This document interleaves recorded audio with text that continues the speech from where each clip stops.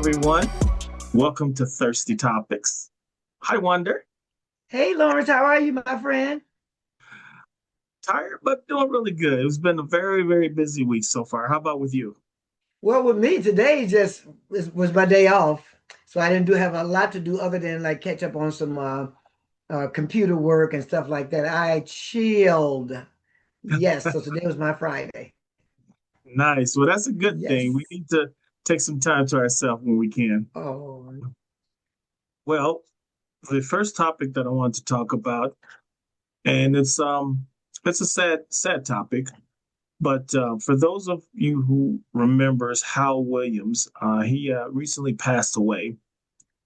Hal Williams is a veteran actor. Um, he was known for his roles as Smitty Smith on Sanford and Son, and also as Lester Jenkins on 227. He died on July 15th of this year at his home in Rancho Mirage, California, at the age of 91. Wonder, do you remember watching him?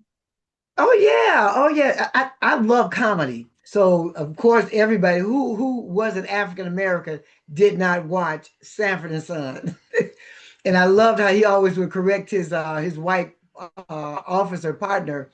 He would always because the guy he wanted to be so cool, and he would always mess up the jab time words, and he would always correct him. So yeah, he was always funny.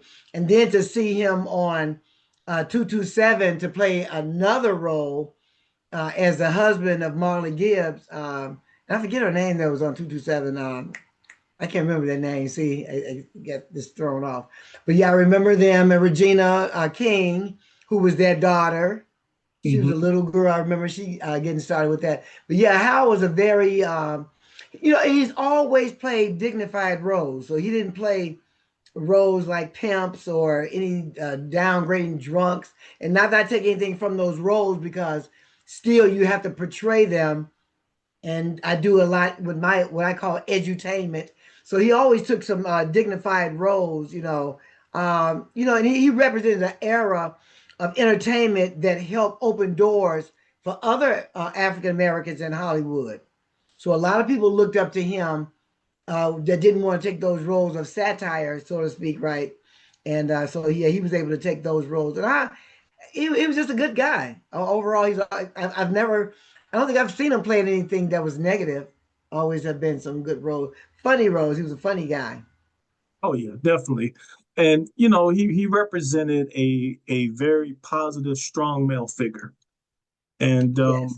he enjoyed what he did.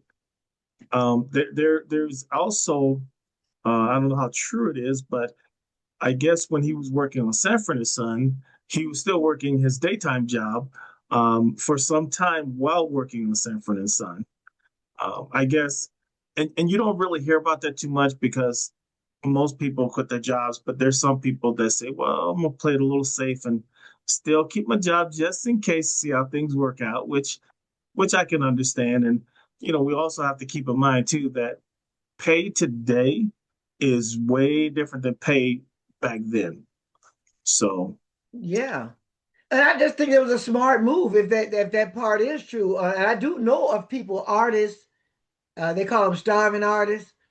mm, Uh, uh, but I do know of people who love the art, but they're smart. They got to be smart. They got to pay the bills. Can you imagine? I've heard the stories of a couple of people that wanted to branch off into their art, into what they feel was going to make them successful, right?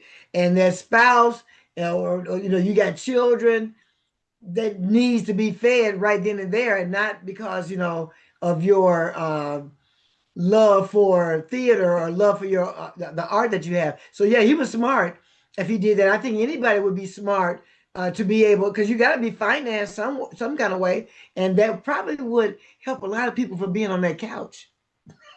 that's You true. know, That's very true. because when Yeah. God bless a child that has his own, yeah, Now he also played in Private Benjamin, I believe, and then he had yeah, other notable roles as well too. But for me, I think my favorite was when he was on Sanford and Son. How yeah. about you? What was your favorite role that he played? Well, the ones that I did watch, I definitely loved Sanford and Son. That was number one. But I also loved his role in 227, because that was a longer stint. He had more of a major role in that. So Mhm. I enjoyed him being a positive role model for a father, especially for African Americans in that light. He took his platform and he used that platform to show that he was a positive role model, and he could show a lot of men that look up to him. Because there's some people that are in these roles. That, oh, I'm not a role model. I'm not, but by fault you are, Yeah. because you are on that big screen and people are watching you, and you are of African American descent. So yeah, so I think you are. So yeah, kudos to him. Kudos to him. And my heart goes out to the family. Yeah. Condolences to the family and to his work family. He was loved by a whole lot of people, including his fans. Yeah. Yeah. I'm actually a little surprised that he hasn't received more notable roles over the years, though, because to me, he was a solid actor in anything that he played. So maybe it was just one of those things at the time with just how things were in Hollywood. But we definitely want to, like I said, definitely send our prayers out to the family. Well, talking about interesting topics, um, Wonder, do you know who rapper Boosie Badazz is? Say that name again. Rapper Boosie Badazz. They Boozy nickname Boosie. Badass. Sounds like you probably don't, but he's a rapper here. And this is an interesting story. So he allegedly paid $600,000 to a Washington, D.C. lobbyist, Jacob Wohl and Jack Berkman, who claimed they had connections to secure him a presidential pardon for his federal gun charges. So the pardon never materialized, and Boosie is currently in arbitration demanding a $300,000 refund, which is the amount says his contract guaranteed him if the pardon was unsuccessful. The lobbyists are refusing to pay him back, arguing that no such provision was agreed upon, and they completed their end of the deal. Additionally, White House officials have stated they had no contact with Wall or Berkman regarding a pardon for Boosie. This is crazy. This is cuckoo for Cocoa Puffs. Cuckoo for Cocoa Puffs.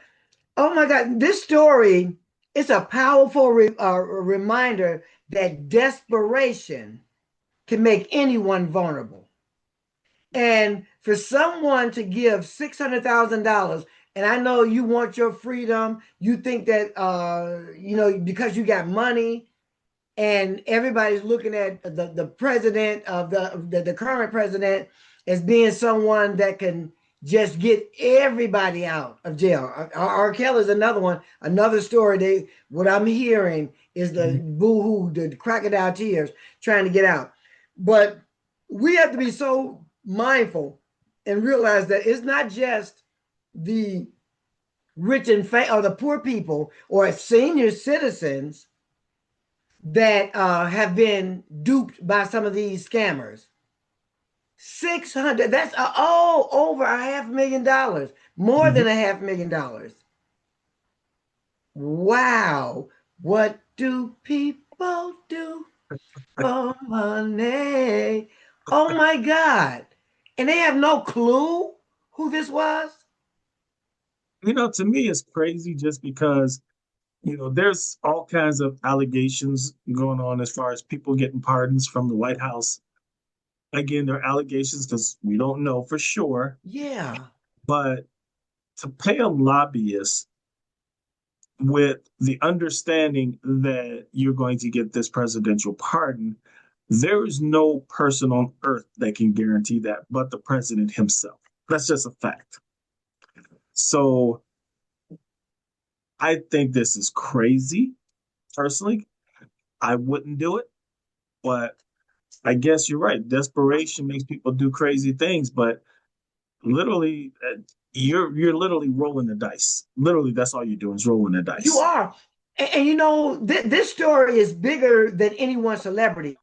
every year, Americans lose billions of dollars to fraud because scammers, they prey on your hope, on your fear, on your urgency. And trust Hmm. me, man, if something sounds too good to be true, it probably is, you know. So Hmm. before sending your money, man, you need to verify the credentials, consult an attorney. And remember, we were talking last week about the businesses. I consulted an attorney and I still ignored him. I And hear boy, you. that number looks sure. Oh man, I'm like Ron Isley. Ooh man, man, make you act a fool up in here, up in here. Now, what's even crazier about this is that I guess he fulfilled his contractual obligation. So I'm assuming that all he had to do was just talk to someone in the administration, and With they're that supposed type of to do it. money, But again, there's no guarantee. You're really rolling the dice. So I'm just surprised that he would do that because that's a lot of money. I don't care how much money you have. That's a lot of money. that's a lot of money. And you know what? If the allegations prove to be true, we should certainly have compassion for anyone who has been deceived. And at this time, we can learn a valuable lesson. If I said it, if something sounds too good to be true, it more than likely is. And I hope, who is he trying to get 300,000 back from? That's the thing. It's almost like he know you have to, somebody had to be led to that money. Who's Mhm. running his money while he's in jail? So that's the other thing. Who's minding his money? Well, he obviously whoever is doing it ran it through him. So he's not, I guess, debating the 600,000, but saying that there's a provision that if he doesn't get the pardon, then he's owed 50% of his money back. I still say that's crazy, but the crazy Yeah, thing I mean, is it all depends on it's like, it really go ahead. depends on how that contract is written because without seeing the actual legal terms, it's hard to know who's right or who's wrong. If if it does get to court, it's going to be an easy case to me to decide on because these kind of cases is pure the contract. So the contract is basically going to say this is what it is. So I think it's still a little bit of an embarrassment though that you spent all this money for a pardon that never happened. But you know what? Hey, embarrass me or not, like Bootsy, isn't it Bootsy? Yeah, shoot, yeah. I wouldn't sit that take that down. But who? It just goes back to who is manning the purse. Who who are these people that you signed this contract with? Mm-hmm. So there has to be somebody when you follow the money, you follow that trail. Some truth ought to come out of what's going on. And if there was deception, that person needs to go to jail. They need to share a cell with Bootsy. Well, maybe That's not true. with him, but you know, that's fraud. Because I think anything over $10,000 is grand larceny, right? Mm-hmm. That's true. So That's anything true. over, yeah. So yeah. So he may have to suffer a bit, but someone just wouldn't walk off with my money like that. And wow, that's really sad. I hope R. Kelly isn't paying for a pardon either, because I heard the same story you did about R. Kelly Yeah. supposedly reaching out to the administration for a possible pardon. So it's kind of a little bit disturbing if this is going on, but time will tell. But I'm not even shocked with. I mean, when you go, is it the head? You know, you look at that, and no, yeah, it's yeah. So yeah. Oh, I can say a lot more, but I won't. Shoot, my God. Mm. Mm. So Well, moving on to the next topic, which is kind of a disturbing topic as well, but also a controversial one. So a uh, a Tennessee mother, 36-year-old, Kendra Scott, was arrested and charged with first-degree murder after fatally shooting a 20-year-old man named Rodarius Morton, whom she discovered hiding under her 13-year-old daughter's bed in their Memphis home. So, to kind of give you just a brief overview of this, um, in the early morning hours, Scott returned home, entered her daughter's room, and found Morton hiding underneath the bed. The daughter reportedly admitted to inviting Morton into the home through the back door without her mother's knowledge.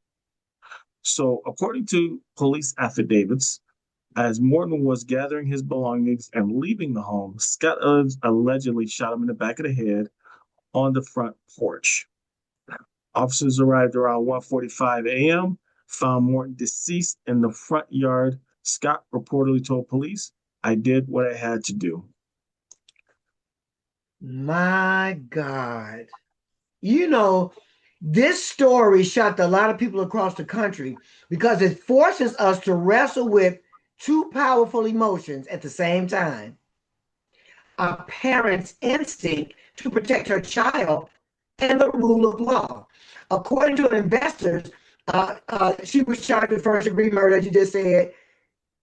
As a parent, grandparent, a community member, many of us can understand the overwhelming fears that would come from discovering an adult man hiding under a 13-year-old girl's bed. And in that moment, emotions can take over.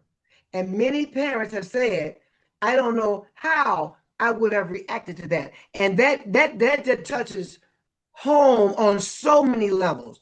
Personal, other situations of people that I know, in situations like that, when these men sexually manipulate. Oh, I don't want to get too deep on this. Oh my God. She's Yeah, wrong because she shot him in the back of the head. That's where she was wrong. yeah, Because he was not a threat. And she could have contacted the authorities first. But some people shoot and ask questions later. Because, as I said, the emotions. That, oh my God, that could have been a whole different scenario. That could have been a whole different scenario. I mean, I guess I understand that the rage and anger of finding a man underneath the bed. I think that if it was immediate, I think the conversation would be different. But because she allowed him to get up, get his things, walk him outside, and then shoot him in the back of the head, I'm no lawyer, so I don't know. But to me, as an average person, that could possibly count as second or first degree murder because you've had time to think this out before you did it. It wasn't this heat of the moment thing where you saw him and you just snapped and just shot. Right. And, it also complicates it too because her daughter has a habit of letting people, even men, into her room, okay, allegedly. So you have another dynamic that you're worried about that you're dealing with there too. So one would argue you have a right to be angry, but you also shouldn't be shocked either because your daughter keeps doing this. So it's really not a clear black and white. It's kind of one of those gray situations. But I think that if you did not plan on doing anything right then when you saw him, I definitely don't think you should wait until he walked outside and shot him in the back of the head. That's just my personal opinion. No, and I wholeheartedly agree with you on that because I understand, like I said, that split second and you kind of blank out or whatever. But even those few minutes, still the rage was there. And I don't know if she had a bunch of emotions going on in her head because if this is true, that you knew that your daughter was doing those type of things, that should have been nipped in the bud prior to this. One thing I can say, man, because when, and I got to bring God into this. when God created the act of sex for a man and his wife, which is where it was supposed to be, that's a powerful emotion. And just like with anything else, if it goes astray, uh-oh, if it goes astray, oh my God, people can lose their mind. And you got a 13-year-old girl who's been exposed, and somehow she's liking what she's been feeling, and the mother never addressed it. Oh God. Uh-oh. Sorry about that. And the mother allowed her to get away with that. That's on them. That's on them. And I hope I'm making sense when I say that, because did you understand what I was saying? Oh yeah, definitely. Hmm. So you got the act itself, which is powerful, because sexual acts are powerful. It'll make you do stuff that you never thought you would do. And I say that without, like I said, revealing some real personal stuff, that at 13 years old, you are impressionable. And if someone is manipulating you, because I personally was a young woman when and offered things, items, money, and things of that nature. All of that goes into to play. So I don't know if this young man was giving her money while she was letting these men come up in there at the age of 13 years old. So it's a lot to go and tell that. And not to mention, brother, what is this little 13-year-old mind going through to know I caused this? Now I'm going to lose my mother because of my behavior. So it's a lot of emotions in that. Yeah, and you know the thing too is that if the mother would have just simply called the police, oh, he'd have been arrested. Oh, no doubt. Dealt with He'd have too. been arrested because one thing to keep in mind is an underage person cannot legally consent to sex. It it Right. doesn't No. exist. Right. So even if the daughter invited him over to do something they're not supposed Right. to, Right. Right. Right. as a 20-year-old male, you know better. Period. You know. What does a 20-year-old have in common with a 13-year-old? Absolutely nothing. Here's the other thing. Why would a 20-year-old want to have anything to do with a 13-year-old in the first place? Something, yeah. And that's the ultimate conclusion for someone like that too. You're taking a chance on losing your life because that Hmm. mother snapped. And that's probably what's going to happen. She snapped. Now, and the fact that if you're in a car accident, you get rear-ended, most of the time it's going to be the person that rear-ended them. So if she shot him from the back, he was leaving, he was fleeing, he wasn't even a threat anymore, True. according to That the is so law, true. according to the law. But wow, I couldn't even imagine having to be in a situation like that because the little girl is damaged. She's damaged goods right now. I mean, no matter how this ends up, the little girl needs some therapy because one, based on one, why are you so interested in men and you're a little girl? That's the first issue. Second thing is you watch your mom kill someone in front of you. So yeah, Or she's gonna, because of what you did. she's got a lot of things that she's probably gonna need some help overcoming and dealing with because nothing in this story is normal. Nothing.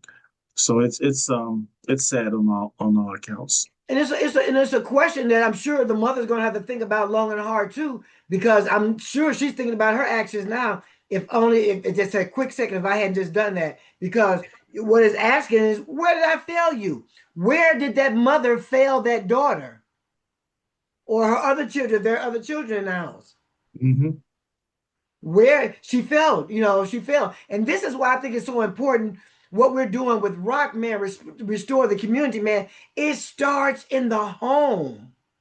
It starts with these kids. It was a time that she was just a innocent little baby. She still was innocent, but my God, oh my God, that's a tough one. It really is, and I think it's something that parents should have this conversation with their kids. I think this is a teachable moment, even though it's a sad moment. It's still a teachable moment that it can open up some dialogue. And I want to conclude with this. It said this case reminds us that children today are exposed to influences through social media, texting, online relationships that many parents never had to face growing up with. So when we think about that, we have to have the conversation with our children, man, because we don't know who they're intertwining with. And I just want to just say that to anybody that's listening. Leave your comments in the comments section. We'll always go back because this was a situation. Because I know a lot of our viewers got children, grandchildren, nieces and nephews. I'm sorry. Go ahead, brother. Oh God. No, that's true. That's true, and we would definitely love to see your comments because I definitely read all of them. So please let us know what you think about this situation. Yes. Yes. Moving on to another situation, a little bit disturbing. A year after Malcolm Jamal Warner's death, his widow, Tanisha Warner, sues the actor's mother for $1.2 million. So there's a lot to unravel, so I'll just kind of hit the key points here. So Tanisha Warner, the actor's wife and mother to his daughter, on Monday filed a civil complaint against her mother-in-law alleging breach of contract. The complaint filed in DeKalb County Superior Court in Georgia alleges that Pamela Warner, trustee of the Warner Family Trust, owes her daughter-in-law an approximate total of Whoa. $1,276,042.46, stemming from the spouse's premarital agreement and the actor's other alleged financial obligations to his wife, according to legal documents reviewed by the Times. So, according to the complaint, Tanisha and Malcolm Jamal Warner's premarital agreement stated that the actor should purchase and maintain a term life insurance policy of $1 million with his wife as the sole beneficiary. Okay. Malcolm Jamal also agreed in their prenup to maintain and contribute the amount, the maximum annual amount to a Roth IRA account for his wife, a financial obligation worth $30,500, according to court documents. Tanisha also claims that Malcolm Jamal agreed to pay her $16,000 a year um, each wedding anniversary and a monthly salary of $5,500 for her service as his chief of staff. The complaint includes a copy of the premarital agreement. Now, this is definitely very troubling, but there's a big issue, or I would say looking at the big gorilla in the room here is that I can understand what this is saying, but Mm-hmm. Jamal Warner did not plan his death. Okay.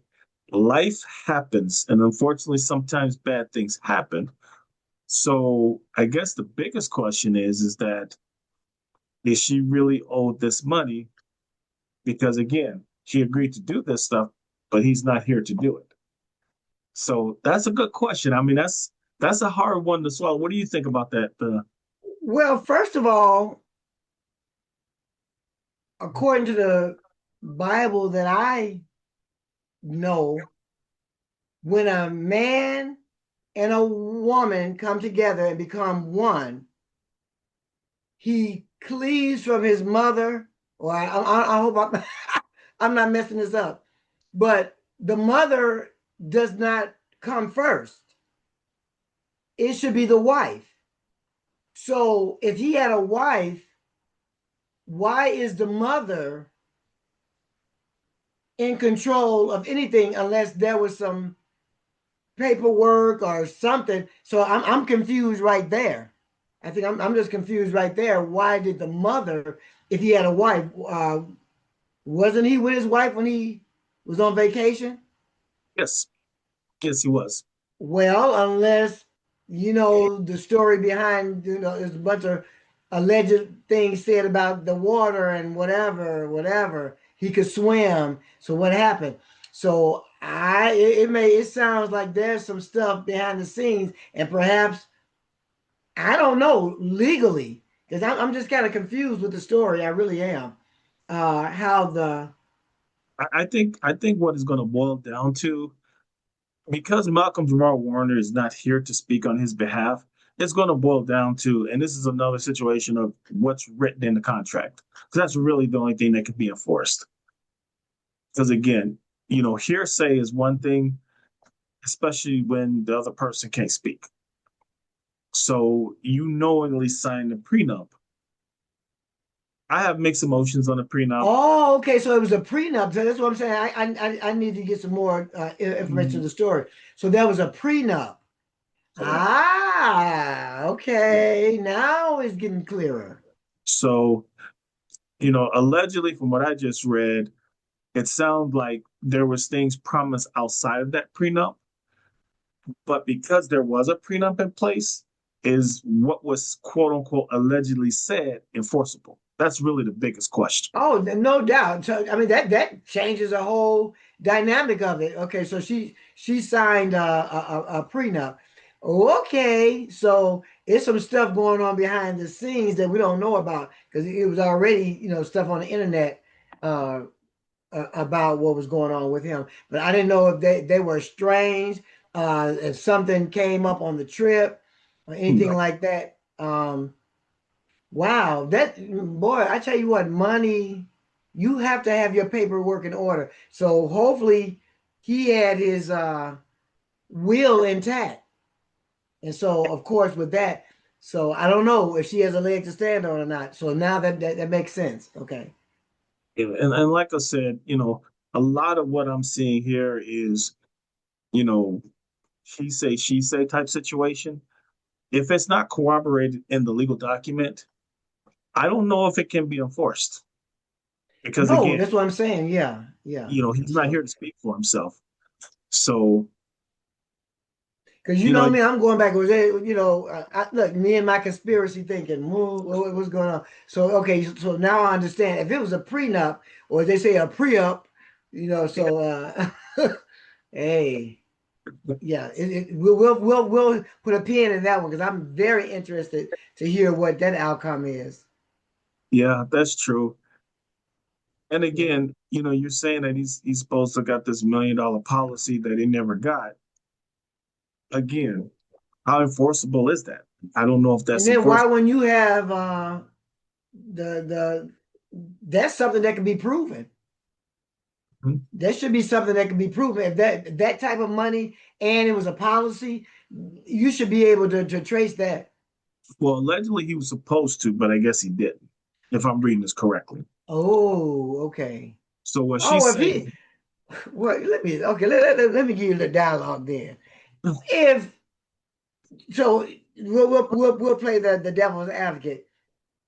If you can produce the document, so yeah, so if it was a document, if he did went through and did it, it can be proven. right? But if it was something that he didn't do and I didn't get around to it, like you said, he didn't go on vacation to think that he wasn't going to come back. So if he Exactly. didn't do it already, then oh yeah, that's SOL. Because the Yeah, reality is that anything can happen to any of us at any time. There's no way of yeah, knowing it. So again, just playing devil's advocate is, you know, yeah. when you went on your trip, you knew he did not have the policy. You see what I mean? You knew that before you went on the trip. Don't start taking me there. You know I'm a writer. Don't you start taking me there.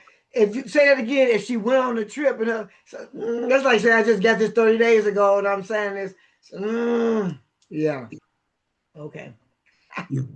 I just hope that they take this out of the headlines and kind of sit down and talk this out and work something out. I'm Do quite they sure have children?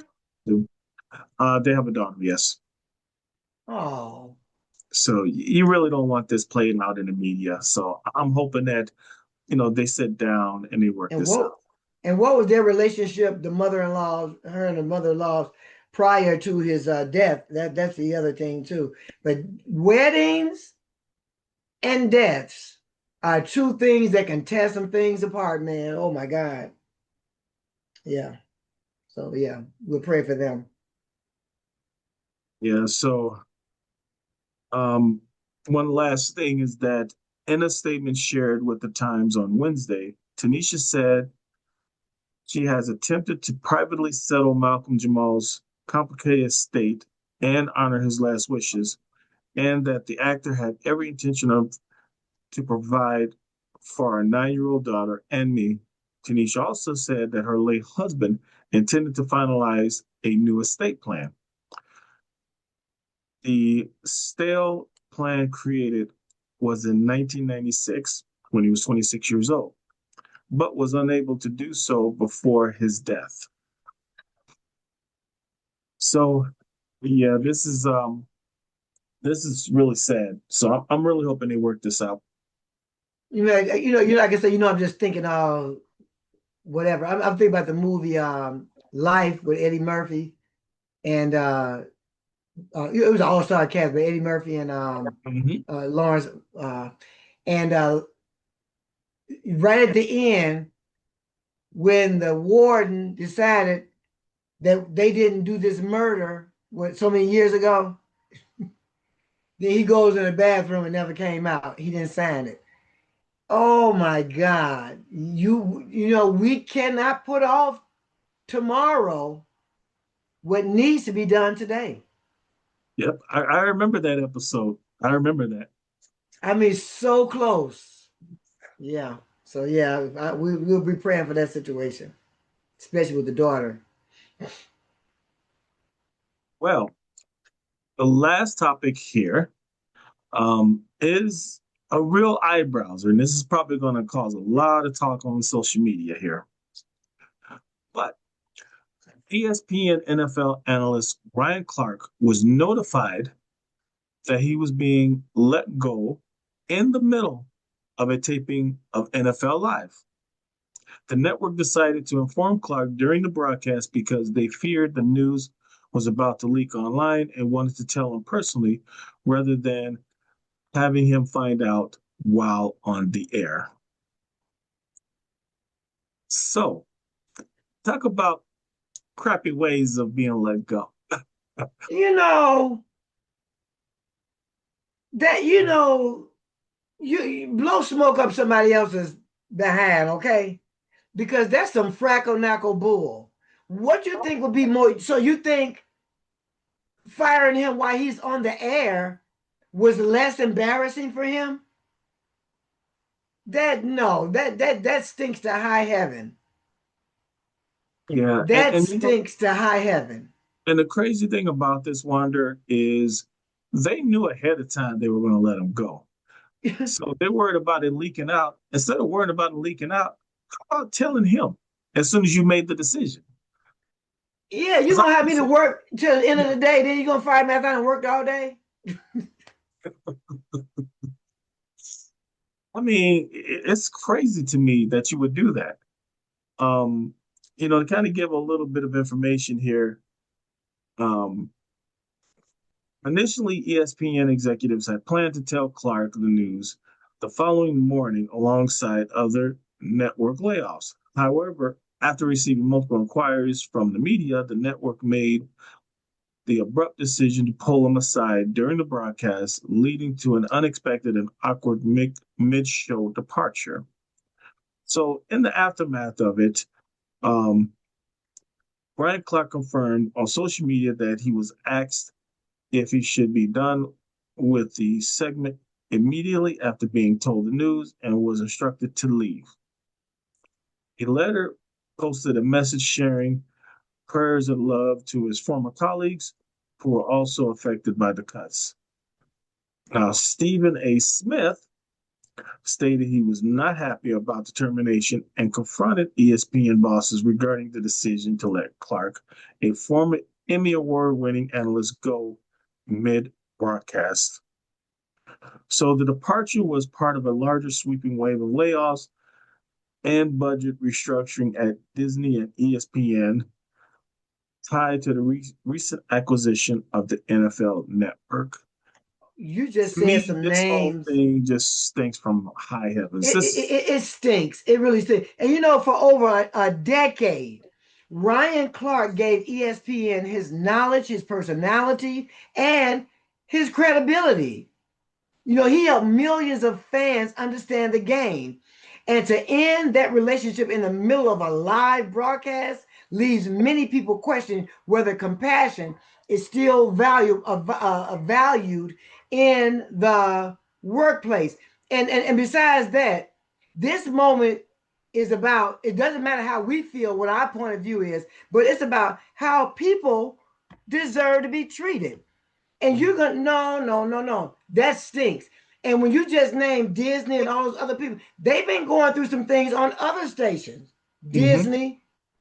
So there's a thing going on now with WLS Channel 7, mm-hmm. ABC. You got the screw that do they want you to do the barcode Yep, to I let the saw. people know. But don't you know Jimmy Kimmel, The View, all of those are on Channel 7. So to get rid of Channel 7, I told you I was in not Milwaukee, but I was in Wisconsin, and we were looking at the hotel, and we were listening to the television, and CBS wasn't even an option. This man was talking, and I'm going like, "Am I seeing this right?" And so now seeing what people are doing with these networks, WGN, Mm-hmm. all these other stations. So now ESPN, now so it's more than just the sports.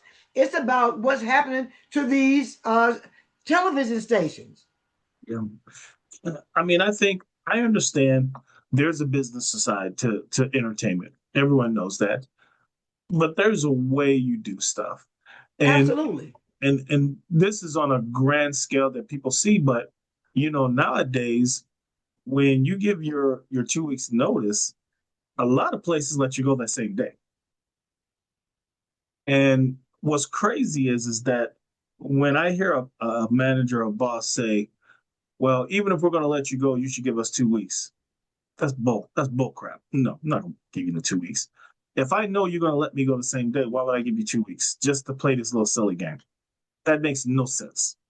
So to me, and what employers have to understand, 2 weeks notice is a courtesy, not a requirement. Right. That's like me walking up and saying, well, if you're gonna fire me, you need to give me 2 months notice so I can find me something else. And they're gonna be like, no, we're not gonna do that.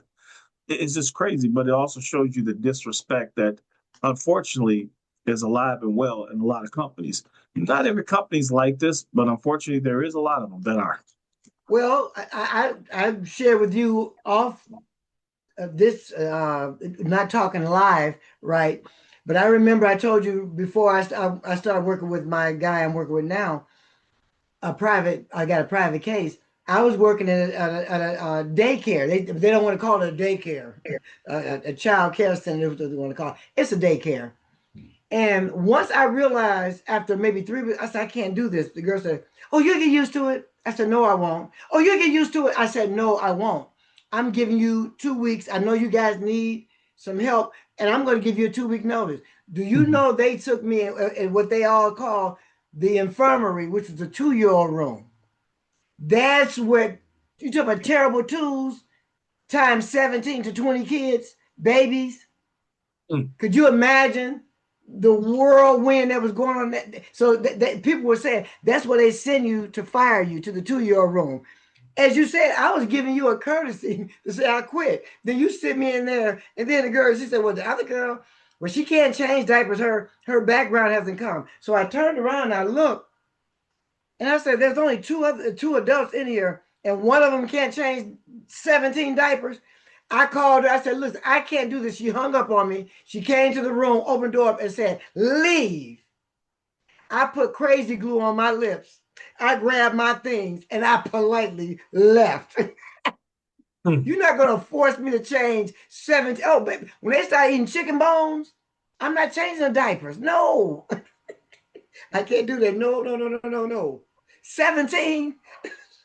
So yeah, it's the way you do things, and unfortunately, it doesn't. And I'm a little man on a totem pole working at a daycare, right? And so I can only imagine this man making this type of money, and it wasn't even the money, but just the way he was treated.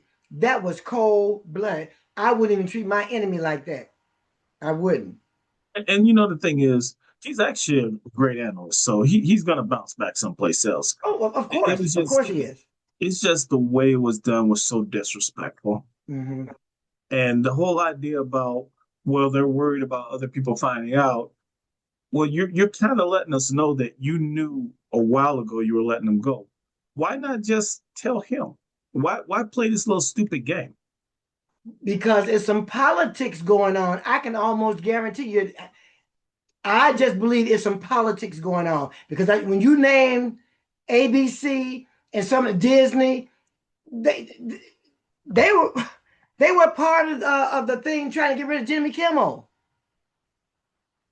So this goes deeper than that. Sometimes when you don't totally understand a situation, it sounds a little crazy because it's some stuff behind the scenes that we don't even know about just yet. Well, Yeah. allegedly with ABC and Disney, allegedly with them. Allegedly. Okay, we Yes, can say allegedly. allegedly. But those names were called out. That's when you said it. Those names, that's what I was saying. Their names were called out in these political situations, trying to get rid of other people on other stations. Hmm. And allegedly back in the day, Bill Cosby was trying to buy CBS. True. Back in the 80s or 90s, it was. Hmm. So That's true. I think Oprah too. Oprah went and got her own station because I think Hmm. Oprah was thinking about buying CBS at one time.